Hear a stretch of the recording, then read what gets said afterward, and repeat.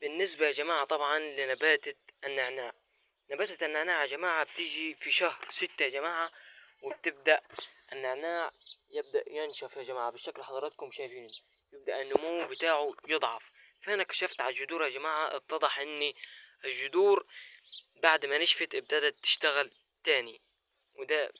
وده بالنتيجة اللي انا هقولها لكم النهاردة. طبعا في شهر 6 بتبدأ انت لازم تعمل تغيير تربة الى النعناع، او تزرع النعناع من اول وجديد. طبعا انا دلوقتي جايب حزبة، جايب ربطة نعناع يا جماعة، وهبدأ ان ازرعها من اول وجديد مع ده يا جماعة. يعني هزرع دولة وبرضه هزرع دولة معاهم. طبعا شوية الجذور دول ما تاخدوش على شكلهم، دول اقوى واحسن شوية جذور عندك. زي ما قلنا في الموضوع في المقدمة يا جماعة ان احنا هنزرع مع بعضينا النعناع. بس قبل ما نبدأ ما تنسوش تصلوا على النبي وتشتركوا في القناة وتعمل لايك للفيديو عشان يوصلك كل جديد. احلى مسا عليك من اخوكم ادهم. طبعا النهاردة زي ما احنا قلنا هنزرع الاخضر وهنزرع الجذور اللي هي كانت بايظة معانا دي، هنبدأ نزرعها. بس احنا دلوقتي لازم ان احنا نبدأ نخف التربة بتاعتنا دي الاول كده يا جماعة بالشكل حضراتكم شايفين. ابدأ نخف التربة بتاعتنا كده. ركز معايا يا جماعة عشان عند اي حد، في ناس بس كتيرة بتسألني النعناع بيجي في شهر 6 ويبدأ يقف من النمو. طبعا ده يا جماعة ابدأ ان افرش الجذور دي كده، وابدأ نحط اضيف عليها التربة. وانا ان شاء الله يا جماعة هوريكم الشكارة او القصيص اللي انت تزرع فيه ده لو زرعت بنفس الطريقة دي. ان شاء الله هصور لكم فيديو جديد جزء تاني هوريكم الشكارة دي هتبقى عاملة ازاي. هتبقى عاملة ازاي يا جماعة البرسيم.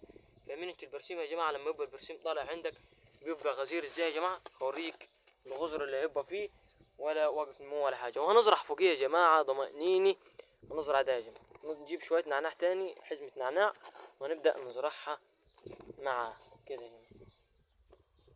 ونبدأ نزرع كده. طبعا النعناع يا جماعة شيء مفيد، حاجة مفيدة جدا. صلي على محمد، صلي على محمد، ما تنساش صلي تصلي على على النبي عليه محمد. أفضل الصلاة والسلام. يا عشاق سيدنا النبي لا تصلى عليه عليه أفضل الصلاة والسلام. كده يا جماعة وهنبدأ إيه نزرع كده، نبدأ نلف عليهم كلهم. طبعا أنا لو دخلت عندي على القناة، لو أنت مش مزارع فوق سطح بيتك، طبعا قلت لك طريقة جيدة جدا إن أنت تزرع بدون تربة في شباك مطبخك يا جماعة، ويبقى معاك نمو طول السنة، نمو شغال، نمو طبيعي.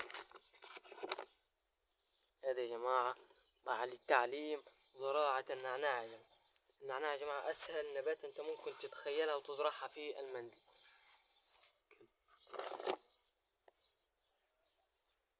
طبعا حزمة النعناع لازم تكون إيه، تكون يا جماعة حزمة النعناع لازم تكون شديدة شوية يا جماعة، يعني الفروع بتاعتها تكون غليظة شوية كده يا جماعة. نبدأ نزرع. صلى على النبي عليه أفضل الصلاة والسلام. يا محلى اللي صلى على النبي عليه أفضل الصلاة والسلام. ونبدأ نزرع كده. طبعا يا جماعة الطريقة دي أضمن طريقة تبقى معاك طول السنة، يبقى عندك نمو شغال طول السنة، يبقى عندك أحلى شوية نعناع عندك طول السنة. متنساش طبعا تصلي على النبي عليه أفضل الصلاة والسلام. ولو حابب تتعلم عن الزراعة حاجات تانية كثيرة والأكل صحي ما تنساش تتابعني.